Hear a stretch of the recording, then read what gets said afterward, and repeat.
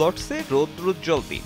স্থানীয় সময়ে বেলা 1:45। মিচেল স্টার্কের বল কাভারে ঠেলে দিয়েই উদযাপন শুরু কাইল ভেরেইনার। তবে ক্যামেরার অ্যাঙ্গেলটা লর্ডসের বেলকনির দিকে। সেখানে টেম্বা বাভুমা হ্যামস্ট্রিং চোটের পরেও যে 30 ওভার ব্যাট করে দলকে জেতানো যায় এমন উদাহরণ সৃষ্টি করলেন প্রোটিয়া অধিনায়ক। অধিনায়ক হিসেবে কখনোই টেস্টে হারেননি টেম্বা। দাদির দেয়া নামের মানে হোপ বা আশা।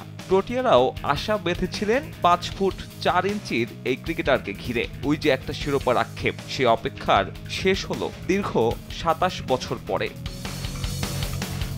যদিও এই ম্যাচে প্রোটিয়াদের আসল নায়ক এইডেন মার্করাম প্রথম ইনিংসে ফেরেন 0 রানে, দ্বিতীয় ইনিংসে 136। সংখ্যার হিসেবে সেরা না হলেও ইম্প্যাক্ট বিবেচনায় এটাই প্রোটিয়া ওপেনারের ক্যারিয়ার সেরা ইনিংস। 1 ফাইনাল, 12 সেমিফাইনাল আর 2 কোয়ার্টার ফাইনাল হেরে চোকার্স তকমাটা নিজেদের করে নিয়েছিল দক্ষিণ আফ্রিকা। হাতে 8 উইকেট নিয়ে 69 রানের লক্ষ্যে যখন নামে বাভুমার দলের জন্য তখনও শঙ্কাটা পুরোপুরি কাটেনি।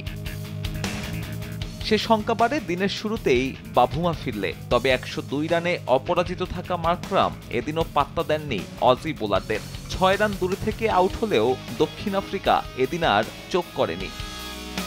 ঠিক মুদ্রার উল্টো পাশে অস্ট্রেলিয়া। প্রথমবারের মতো ফাইনাল হারের স্বাদ কামিন্স, স্টার্ক, হ্যাজেলউড কিংবা ট্রাভিস হেডদের।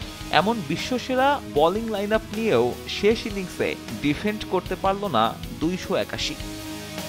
সাব্বির মিথুন, সময় সংবাদ।